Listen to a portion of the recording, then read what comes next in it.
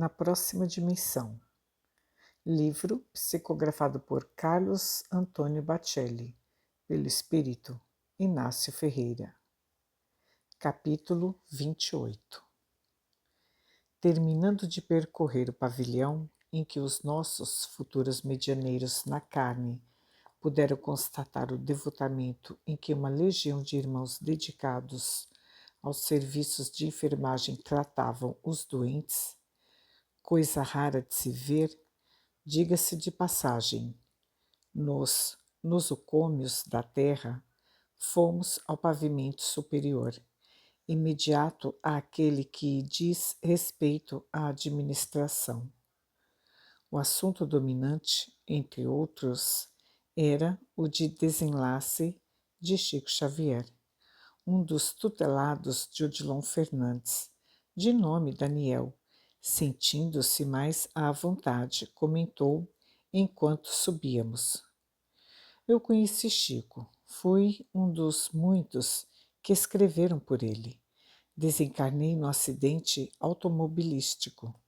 Os meus pais, apesar de serem espíritas, embora não militantes, estavam desesperados. O meu avô providenciou o contato e a experiência. Foi marcante para mim que decidi ser médium. Decidiu ser médium? Perguntei, procurando deixá-lo mais à vontade. Passei a me interessar. Desde criança eu sentia a presença dos espíritos à minha volta, mas a minha cabeça estava voltada para outros interesses. O senhor sabe, namorada, essas coisas. Tempos bons, meu filho. Eu também os tive, endossei, sorridente. Só que no meu tempo e no de Odilon era muito diferente, não é, professor? No seu, Inácio, mais do que no meu ainda, retrucou o instrutor, que se fazia admirado e querido de toda a turma. Cheguei a frequentar a mocidade espírita e, quando via Chico Xavier em ação, psicografando na televisão, por exemplo, eu entrava em êxtase. Mal podia imaginar que um dia eu estaria fazendo o mesmo por intermédio dele. Certa noite, quando eu e dois colegas voltávamos de uma festa, perdemos o controle do veículo e Chico fez escola dos dois lados da vida, acrescentei. O trabalho da espiritualidade superior, através dele, está muito longe de ser avaliado em todas as suas consequências positivas. Como você, Daniel, garanto que dezenas e dezenas de espíritos se sentiram motivados a cultivar os dons. O nosso doutor Inácio Ferreira tem razão, acentuou Odilon. Com o advento de Chico Xavier, as matrículas no liceu aumentaram significativamente. Antes, era difícil que alguém, principalmente sendo jovem, se interessasse por mediunidade. As nossas expectativas para o futuro são as melhores. Estamos abrindo novas turmas e estamos otimistas. A repercussão do trabalho dele cria, nos nossos irmãos encarnados, condições propícias, tanto do ponto de vista espiritual quanto genético, para que a mediunidade amplie o seu campo. Como assim? Indagou Daniel, ansioso por maiores esclarecimentos. A vida missionária do médium de Emmanuel foi tão irrepreensível que quase todos experimentamos um desejo inconsciente de imitá-lo. É mesmo, quase todos repetiram em uníssono. É natural que seja assim, pois, afinal de contas, quem é que não anseia por triunfar sobre si, alcançando independência sobre a lei do karma?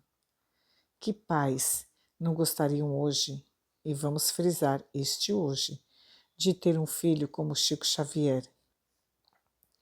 principalmente copiando-lhe a bondade, não é, Odilon? Questionei em tom afirmativo. Todos, ou melhor, temos enfatizado este aspecto, Inácio, pois a faculdade mediúnica, por mais portentosa que não aprimora o médium e nem coopera no aprimoramento dos circunstantes, não passa de árvore sem frutos, de figueira seca, emendei. O objetivo da vida é o amor. Tudo que se aprende a fazer, se aprende com a finalidade de saber amar. Tudo que se pode conhecer, se conhece para colocar o amor em prática. Como nos diz Paulo em sua carta aos Coríntios, ao fim de tudo, só o amor permanece. A mediunidade que não melhora o médium como ser humano é obsoleta. Quer dizer, então, fiz questão de indagar, que é preferível ser bom a ser médium? Sem nenhuma sombra de dúvida, respondeu-me o mentor, consciente de que reafirmava importantes lições aos aprendizes, aos quais não lhe perdiam uma única palavra. Se Chico Xavier não fosse um médium bom, ele não seria um bom médium. Quase sem ver, atingimos o primeiro pavimento do hospital, onde quase 1000 medianeiros se encontravam e ainda se encontram em franca recuperação. Confesso-lhes que, na condição de médico, o mais difícil para mim continua sendo convencer essa gente a ocupar-se de alguma coisa. A ociosidade é também um mal na vida além da morte. Poucos os que se convencem da necessidade de se reconstruírem interiormente, utilizando as mãos. Sem plasmar o que pensa de positivo, o homem não se educa. A ideia que, de algum modo, não se materializa, não fixa valores no espírito.